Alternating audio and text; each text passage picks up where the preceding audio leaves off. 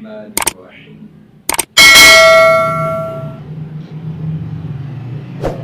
اليوم اکملت لکم دینکم واتممت علیکم نعمتی ورضیت لکم الاسلام دینا۔ صدق اللہ العظیم۔ اللہم صلی علی سیدنا و مولانا محمد وبارک وسلم وصلوا علیہ۔ اللہ رب العالمین نے قرآن مجید فرقان حمید میں ارشاد فرمایا کہ محبوب مکرم صلی اللہ علیہ وسلم آج کے دن ہم نے دین مکمل کر دیا، نعمتیں مکمل کر دی، اور میں راضی ہو گیا، میں خوش ہو گیا میرے آقا، پیارے آقا، میں رب راضی ہو گیا تم سے، اسلام کو دین بنا کر میں راضی ہو گیا۔ تو اسلام میں جو نعمتیں تھیں، یعنی جنہوں نے کلمہ طیبہ پڑھا ان کو رب نے کلمہ طیبہ میں داخل کر کے دین کو مکمل کر دیا۔ گویا جو دین میں آ گئے ہیں یہ اسلام کے ہیرو ہیں۔ یہ صرف اسلام کے ہیرو نہیں، خود خدا نے ان کو چنا ہے اور منتخب کیا ہے۔ کئی آپ واقعات سماعت فرماتے رہتے ہیں۔ حضرت عدی بن حاتم اپنے اسلام کا قصہ بیان کرتے ہیں کہ میں کیسے کلمہ پڑھا، میں نے کیسے اسلام قبول کیا، میں کیسے حلقہ بگوش اسلام ہوا، دائرہ اسلام میں داخل ہوا۔ کیسے؟ کہتے ہیں کہ شروع اسلام میں اسلام سے سخت بیزار تھا اور آقا علیہ السلام سے مجھے سخت نفرت تھی، معاذ اللہ، مجھے سخت نفرت تھی، میں اپنے دل دماغ میں کڑتا رہتا تھا حضور علیہ السلام کے لیے، حتیٰ کہ کہتے ہیں کہ جب آقا علیہ السلام نے لشکر ہماری طرف روانہ فرمائے، آقا علیہ السلام نے لشکر، حضور علیہ السلام نے لشکر بھیجا، کہتے ہیں ہماری طرف جو لشکر آیا میں وہاں سے چلا گیا، میں دوسرے علاقے چلا گیا، سرزمین شام میں چلا گیا۔ وہاں اطلاع موصول ہوئی کہ یہاں خالد بن ولید آئے ہیں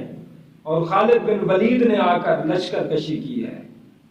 تو وہ کہتے ہیں میں وہاں سے فرار ہوا، میں سرزمین روم پہنچ گیا۔ جب کہتے ہیں سرزمین روم میں پہنچا، میری پھپھی آ گئی، میری پھپھی نے آ کر کہا، سواری پر آئیں اور کہا کہ بھائی تم کہاں ہو، تم اسلام قبول کیوں نہیں کرتے، تم ادھر ادھر کیوں بھاگ رہے ہو؟ تو حضرت عدی بن حاتم کہتے ہیں میں خاموش ہو گیا، چپ ہو گیا، حتیٰ کہ اس نے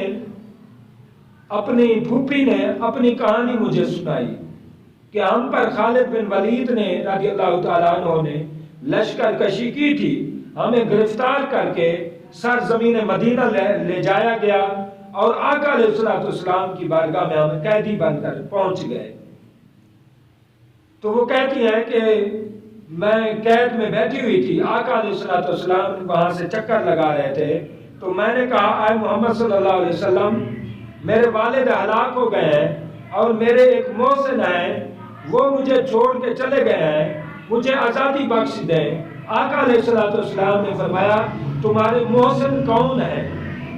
تمہارے محسن کون ہیں جو تمہیں چھوڑ کے چلے گئے ہیں؟ وہ بی بی کہتی ہیں ہمارے محسن یہ ہیں حضرت عدی بن حاتم۔ وہ پھوپھی کہتی ہیں اے عدی بن حاتم، جب میں نے تیرا نام لیا حضور علیہ السلام کے سامنے،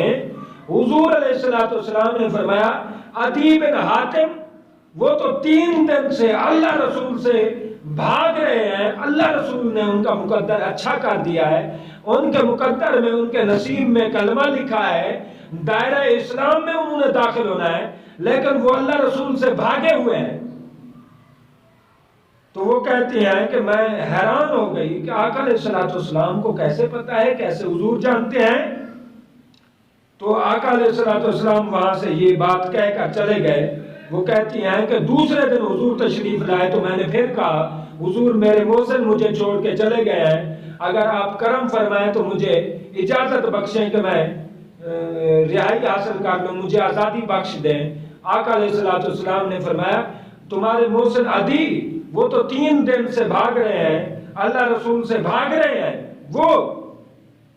حتیٰ کہ تیسرے دن فرماتی ہیں کہ آقا علیہ السلام کے پاس سواریاں آئیں، حضور نے مجھے ایک شان و شوکت والی سواری دی، بہترین سواری دی۔ اے عدی بن حاتم یہ وہی سواری ہے مجھے حضور نے ہی عنایت فرمائی، اور حضور تمہارے بارے میں یہ خیال رکھتے ہیں کہ وہ 3 دن سے اللہ رسول سے بھاگے ہوئے ہیں، تم جاؤ،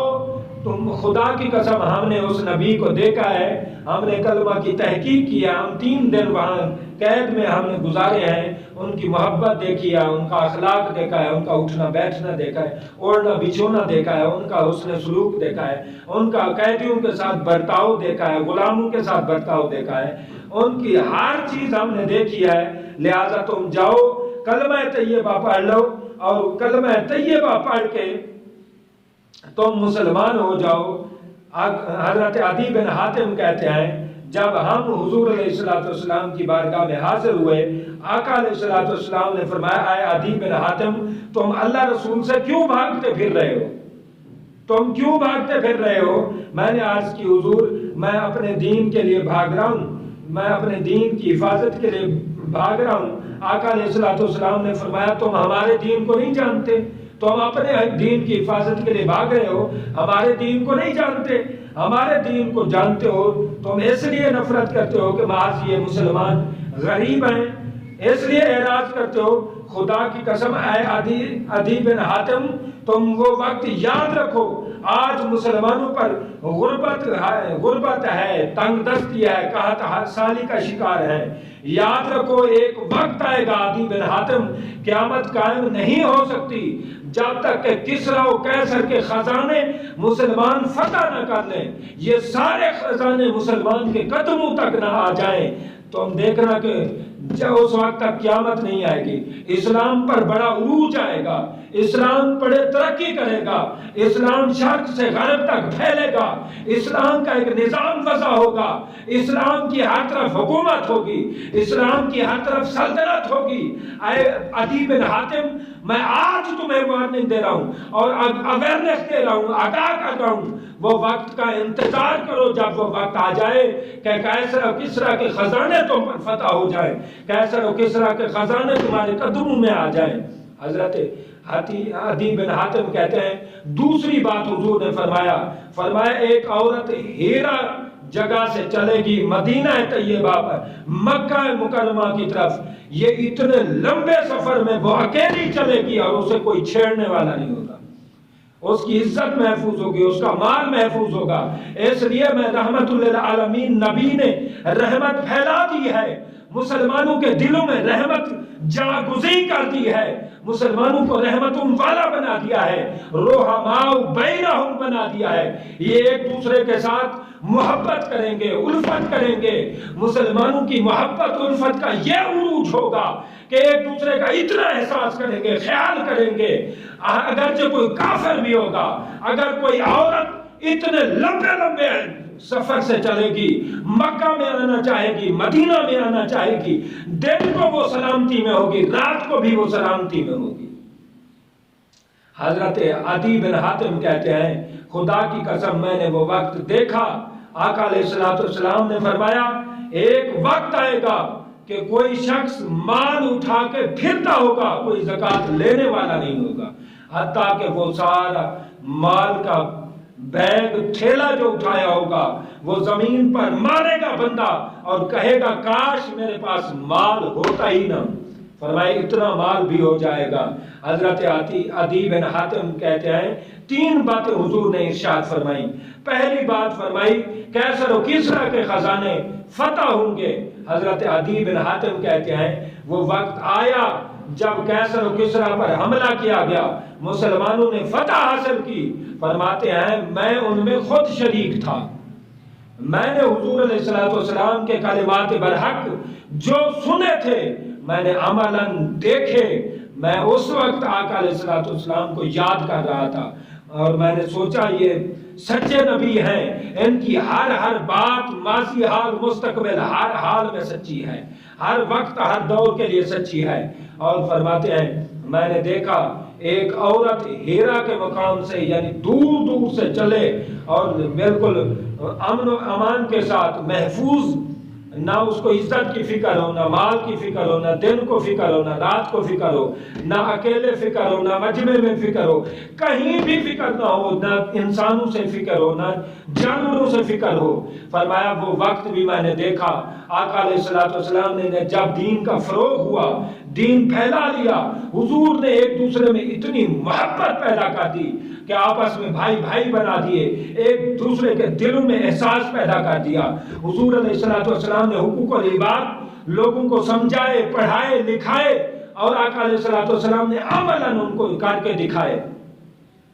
پھر اتنی محبت ہوئی کہ کوئی کسی کے سامنے جلتا نہیں تھا، حسد نہیں کرتا تھا، غیبت نہیں کرتا تھا، چغلی نہیں کرتا تھا، تعصب نہیں کرتا تھا، نفرت، حسد، الغضب وہ سینے پاک کر چکے تھے، مسلمانوں کی محبت سے وہ سینے روشن اور منور کر چکے تھے۔ فرمایا وہ وقت بھی میں نے دیکھا اور مجھے یقین ہے، روز روشن کی طرح یقین ہے، صادق و امین نبی کے زبان سے تیسرا بھی جو لفظ الفاظ مبارک نکلے ہیں، کلمات طیبات نکلے ہیں، وہ بھی سچ ہو کر رہیں گے کہ ایسے اتنا لوگوں کے پاس مال دولت بڑھ جائے گا، اتنا لوگوں کے پاس مال دولت بڑھ جائے گا کہ لوگوں سے سنبھالا نہیں جائے گا، اور لوگ ادھر ادھر اٹھاتے پھریں گے، کہیں ان کو وصول کرنے والا کوئی نہیں ہوگا، ہر کوئی اپنی جگہ امیر ہوگا۔ جس کے پاس کوئی پیسے لے کے جائے گا، وہ جس کے پاس لے جائے گا اس کے پاس زیادہ ڈبل پیسے پائے گا، تو کہے گا یار یہاں تو کوئی غریب ہی نہیں ہے، سارے ادھر ادھر وہ پیسے اٹھاتے پھریں گے، لیکن کوئی زکوٰۃ لینے والا نہ ہوگا، صدقہ لینے والا نہ ہوگا، کوئی پیسے لینے والا پیسے قبول کرنے والا نہیں ہوگا، وہ پیسے پھینک دیں گے اور کاش کاش کہیں گے، کاش ہمارے پاس یہ دولت ہوتی ہی نہ۔ تو کہتے ہیں یہ حضور کا فرمان، تیسرا فرمان بھی سچ ہو کر رہے گا۔ تو اسی طرح حضرت عدی بن حاتم نے اسلام قبول کیا، اور ایک روایت میں آتا ہے آقا علیہ الصلوۃ والسلام نے فرمایا اسلام کے 10 حصے ہیں، فرمایا وہ شخص ناکام ہے، نامراد ہے جس میں ایک حصہ بھی نہ ہو، ان 10 حصوں میں سے ایک حصہ بھی نہ ہو۔ فرمایا پہلا حصہ یہ ہے کلمات طیبہ، لا الہ الا اللہ کی شہادت دے، اور یہ دین ہے، یہ جس کے پاس نہیں ہے وہ اس دنیا میں کسی کام کا نہیں ہے، وہ ناکام ہے۔